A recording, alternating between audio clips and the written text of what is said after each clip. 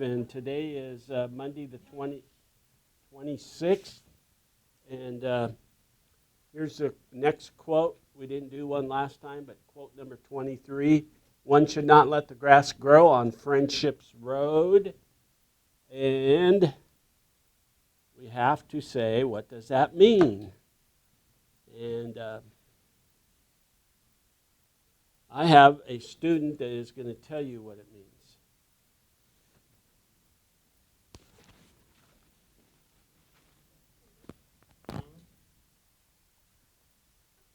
You can tell me last class. All right, Cody.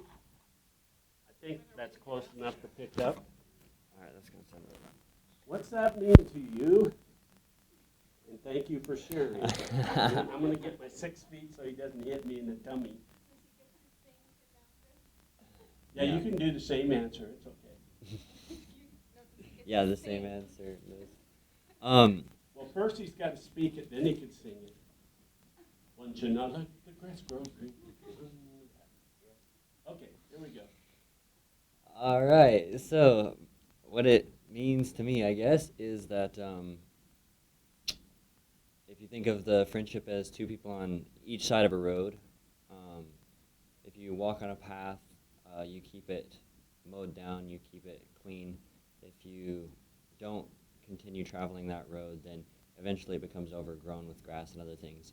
So basically, if you don't consistently converse with someone or work on building that relationship, then that pathway will become overgrown and non-existent eventually.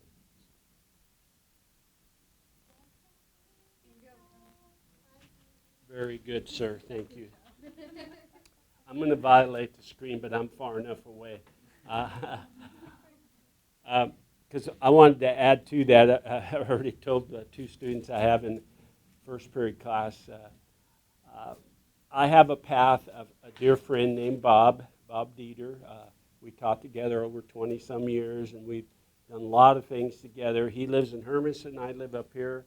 So our path is the highway between here and there, and we travel it a lot and keep in contact. In my second closest probably path or journey for Friendship's Road is the African American I told you about, Stan Scott. We coached football together and worked in the same school district. He lives in Portland, so that path is driven not like the one with Bob, but it's still in contact. And thank goodness for the new wave of Facebook and stuff we do. In fact, we talked last night, actually on phone call instead of Facebook. But you could see how that changes how you. Hope that didn't sound weird there. Dropped it. We gotta can't have everything perfect in this world, right, Lord? And anyway, it's something you need to think about. You all had special friends in high school. Maybe you were on a baseball team, maybe on the basketball team, and you developed, volleyball, whatever. Maybe that way. Maybe you were just in a club together, whatever, or just friends and did homework together and stuff like that. You'll find that path is hard to keep clean and and mowed and, as time goes by, unless you make a conscious effort to do so. And I want to relate that also with your path to the Lord. My path. Again, at the beginning, it was pretty, had a lot of rocks in it and weeds and grass growing. It's not smooth and perfect like it should be, but it's much better. And I think that's having a friendship with God is very vital to your lives and what you are pursuing to do, whatever it may be, your occupation. Some of you are already married, some of you not. Maybe that's was a goal or not. Who knows? But anyway, there we go. Now, as I hustle around here and not fall down, as I told you, you had some homework to turn in by today. Don't forget that. I'm going to clip this on here.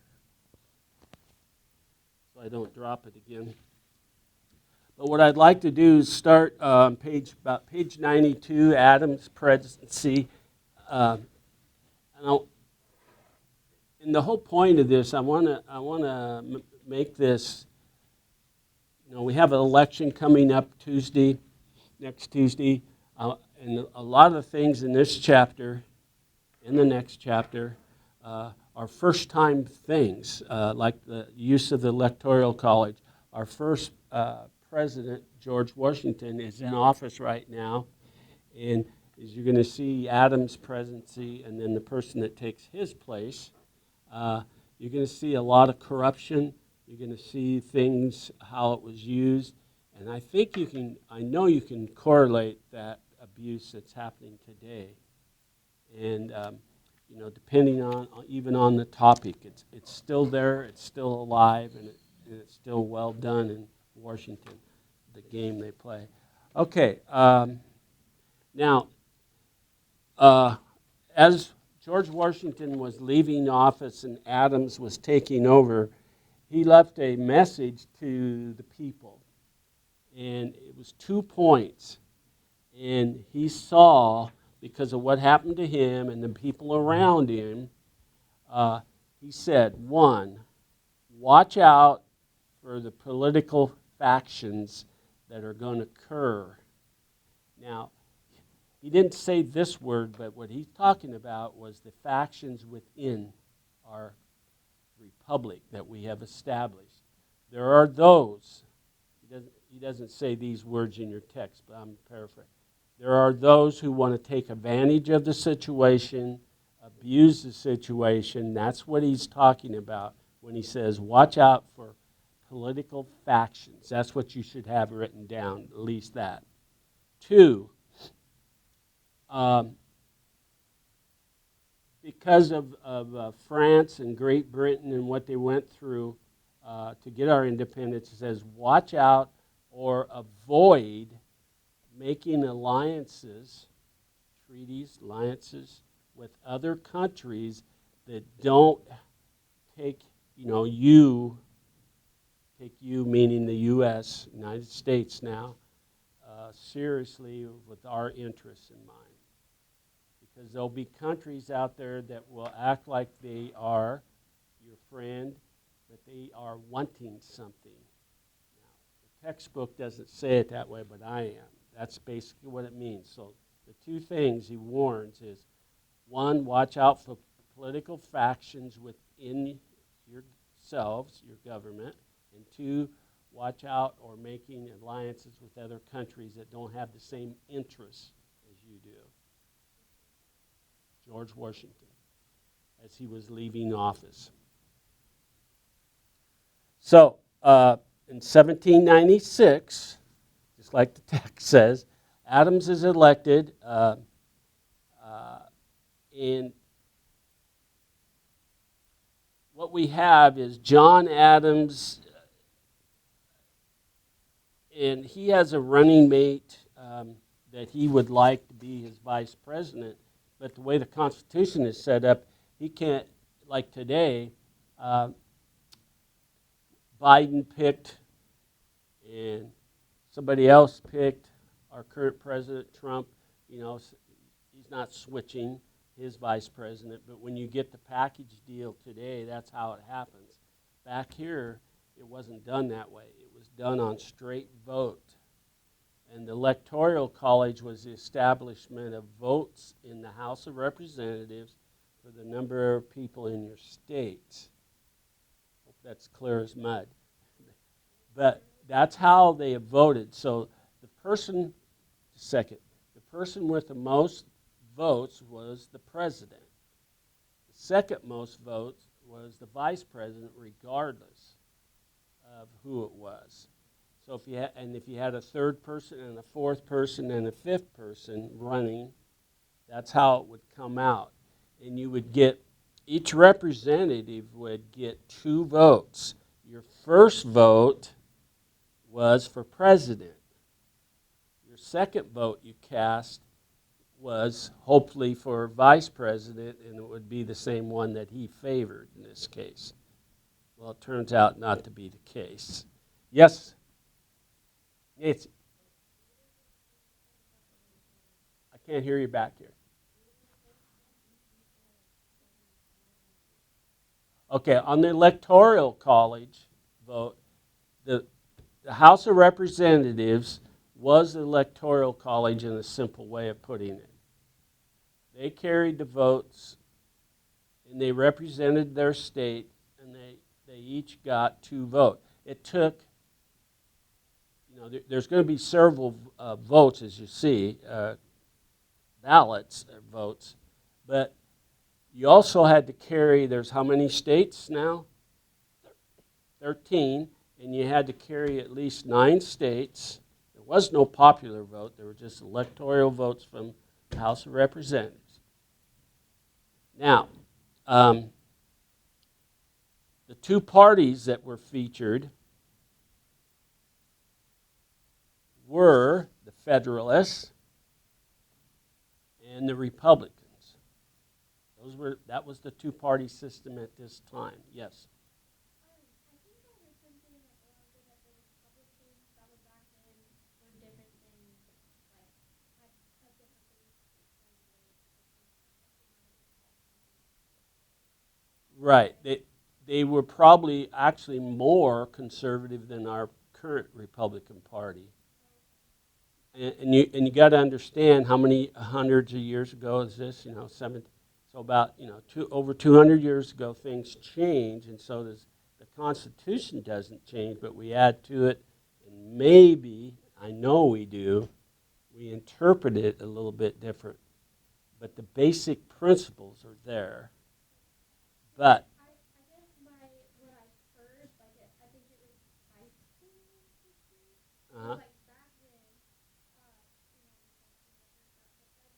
Federalist was probably more Republican, and nowadays, and then the Republicans actually like if you were to Yeah, transfer. if you translate into liberalism and extreme liberal, because what I'm going to tell you right now is the Federalist Party even divides. It becomes, as your text says, the high Federalists, the Federalists, and then the Republicans.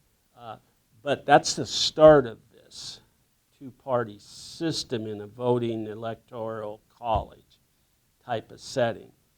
And now, in my notes,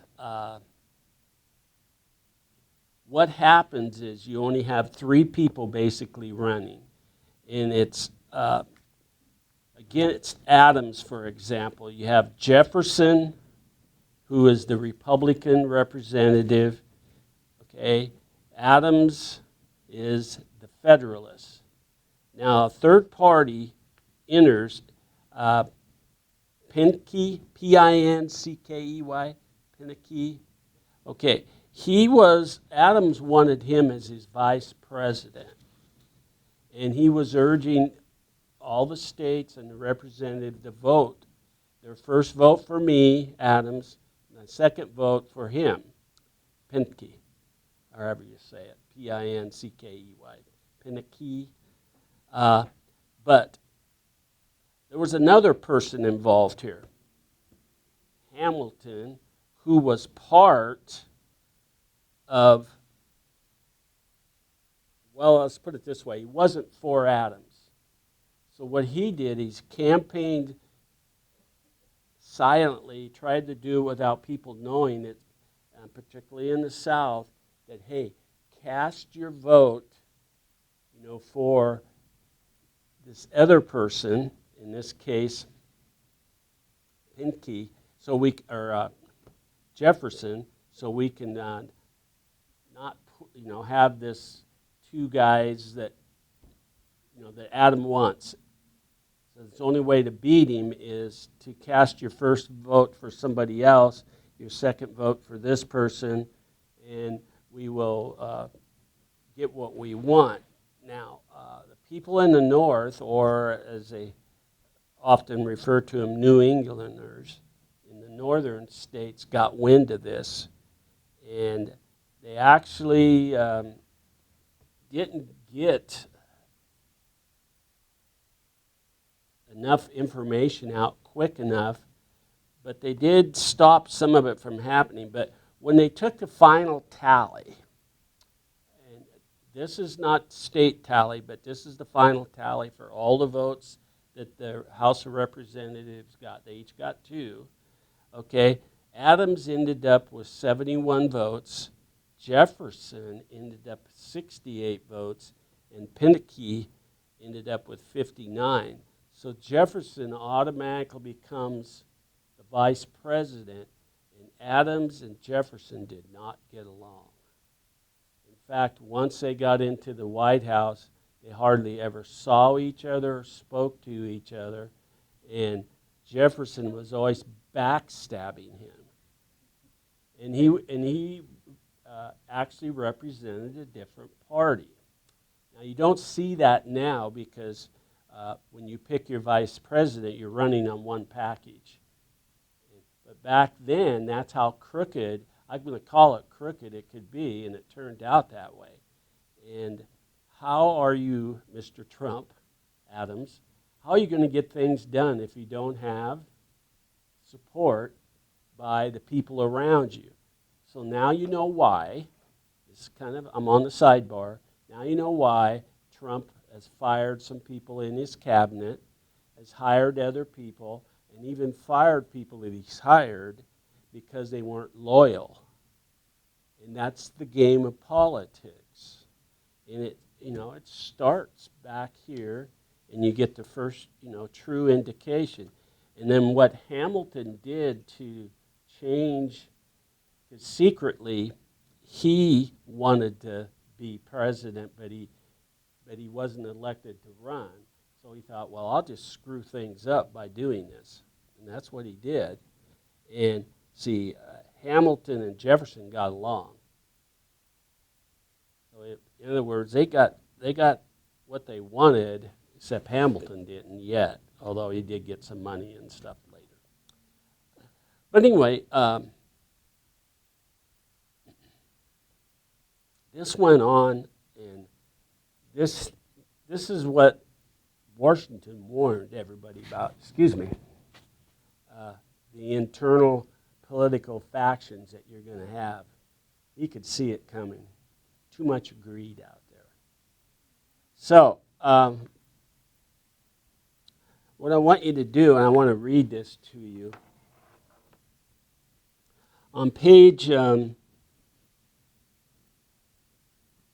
got to find it. So sorry about this.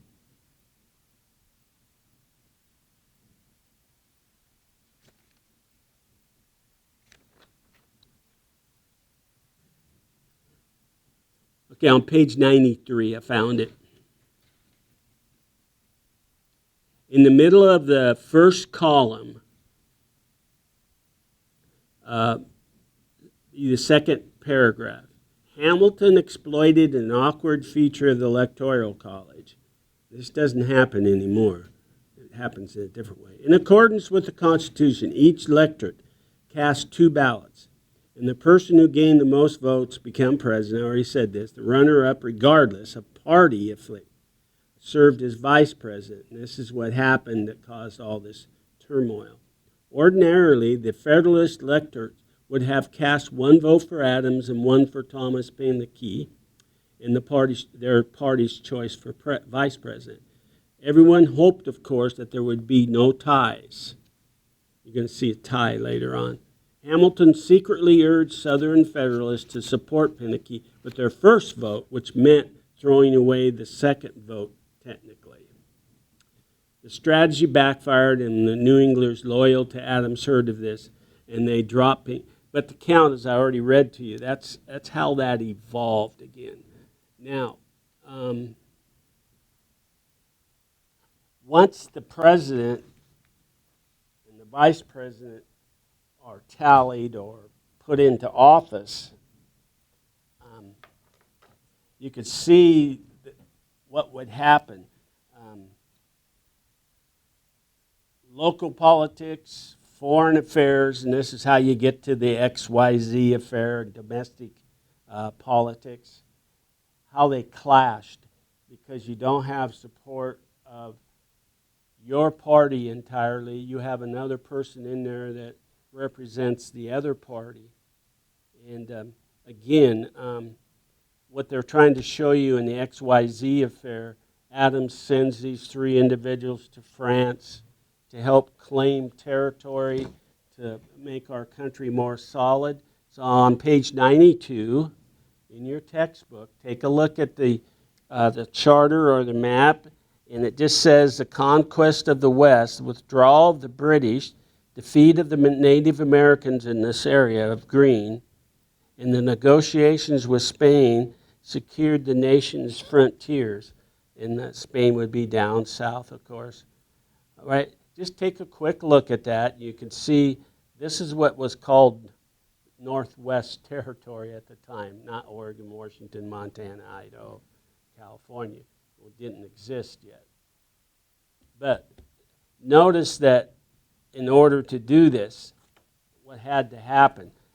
Where were the French? They were in the northern territories up by the 5 Great Lakes, okay? And they were the battle. I want you to see how this happens. The French helped us win the war, the Revolutionary War. They gave us aid. They helped us with ships, protecting each other. You know, we became allies. And this is Washington's second claim. Be careful who you choose as your make alliances with or your allies. And you could say this, be careful who you choose as your friend and where their head is, in this case, country.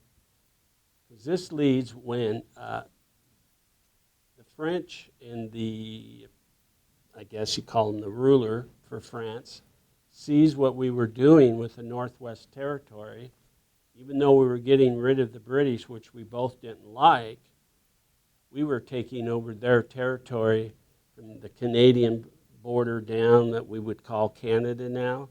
And if you look back on your map, you can kind of see that gray area up above on top. Well, they didn't like that. And so what basically occurs is we get a verbal dispute. And there was people in Congress that says, we need to go to war with France and take them over and protect ourselves because they're going to rebel about taking this land. And Adams wouldn't do that. But the other half, his counterpartner and some other people were trying to push for war and to get things ready. Well, thank goodness that common folks out there saw how this was a waste of money and time, and it took a couple years in your textbook. It took a couple years for them to figure that out, that this was a waste of time. And what the bickering was called is Quasar, Quasi, war. This is a war without weapons. This is a war between leaders and policies.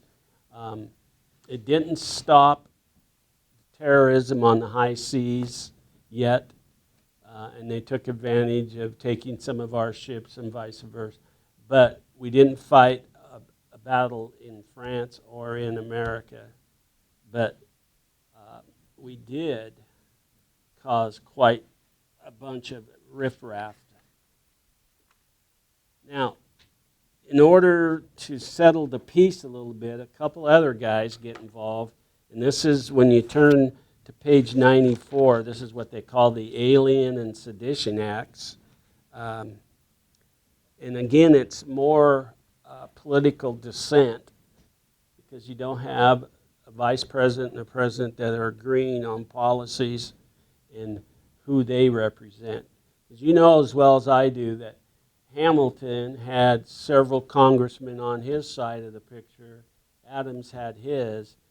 And so we had a divided House and what we would call today a divided Senate. So right now, we'll go to current day history. Who has control? See how much you know here. Who has control of the Senate right now with Trump? Republican or Democrat? You get a 50-50 shot. Who has control of the Senate right now in today's politics? Anybody want to guess? The Democrats. No. Republican. Who has control of the House of Representatives? That's the Democrats, and it just changed before the election. Now, the goal of our current president is to get control of that back. Now, if anything happens in the vetoes and the checks and balances, and who gets to pick what happens, and you'll see that in your text, is the House of Representatives. If there's a tie, they determine the president. If there's a assassination, the vote, if we go to war, right now it's the vote of both the House and the Senate.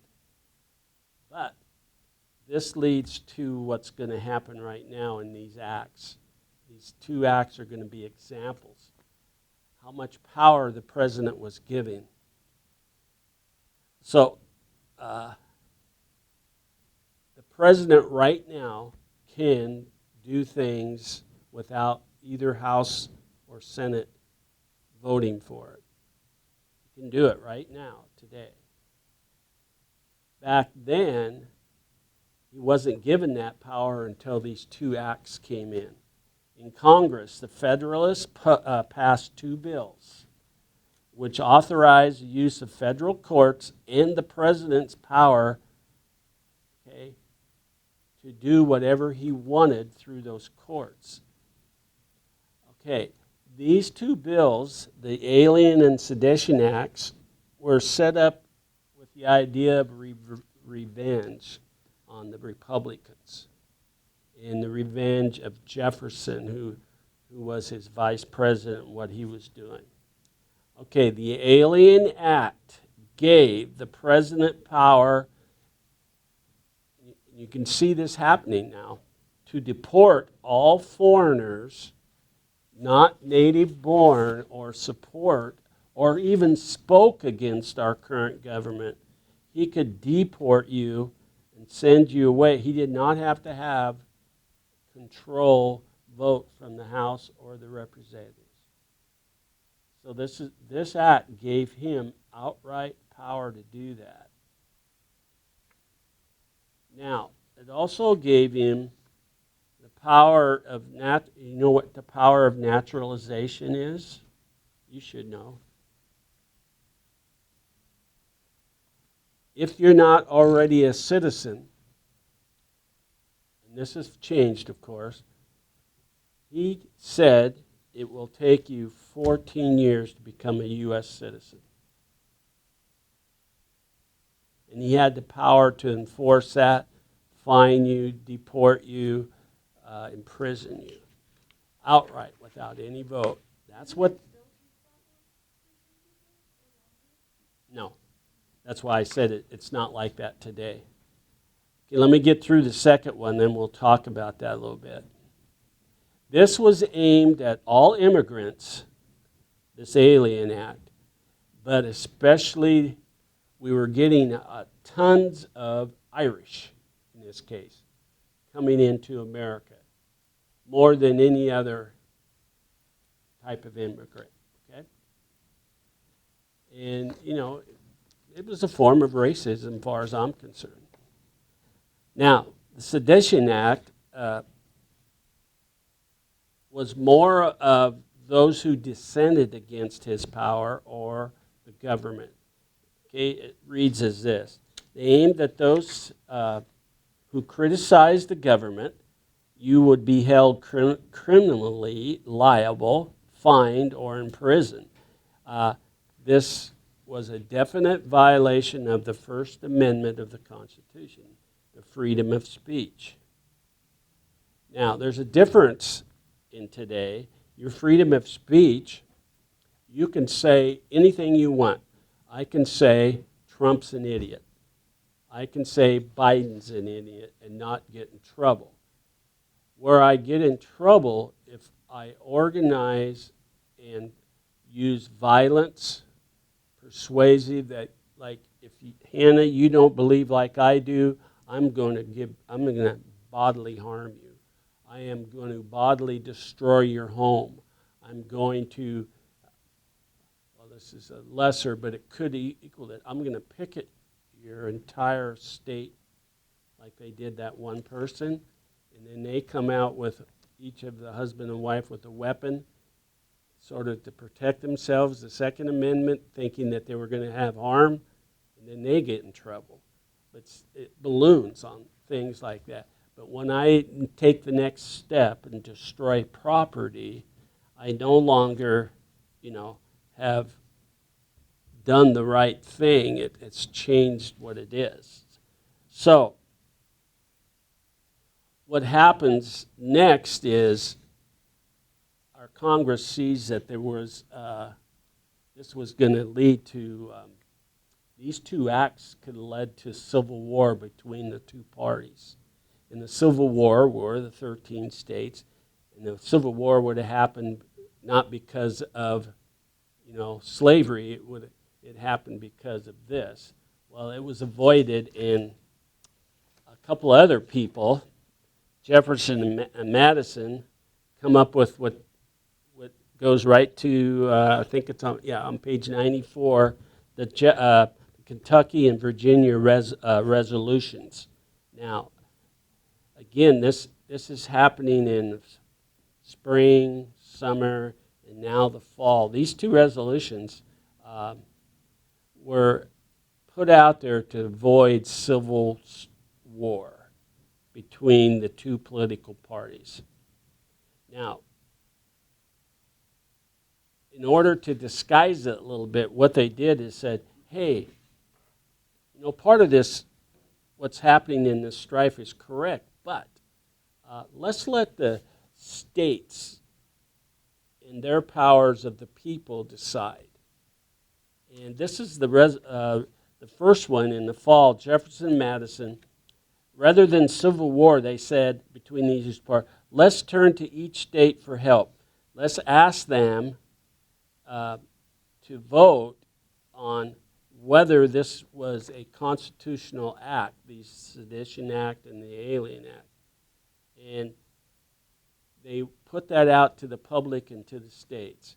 Well, when you do something like that, you have to debate it, and you got to talk about it. And what this did really, and they never did adopt these, it calmed everybody down to start thinking, hey, we may be wrong here. My philosophy may be right, but we're doing it in the wrong way because we're not united as a republic any longer. We're fighting we have dissent among ourselves.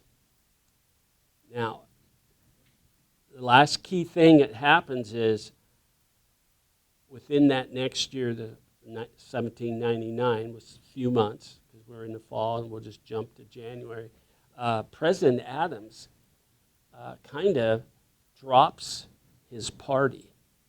He says, if my Federalist Party, especially the high Federalists, because remember the Federalist Party divided in halves. You got those, let's say they were extremely liberal Federalists and moderate Federalists. Let's just put it that way. I'm going to drop my affiliation with this party. And he probably was right, but it cost him. Because now he lost that vote and he was going to run for re-election.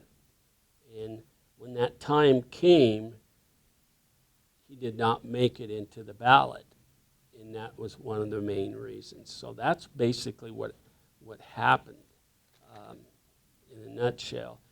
We went through something that could have been very, very bad and divided. But Adams' action of dropping his party affiliate and hoping that would ease some of the attention, and the Congress kind of gently backing off, probably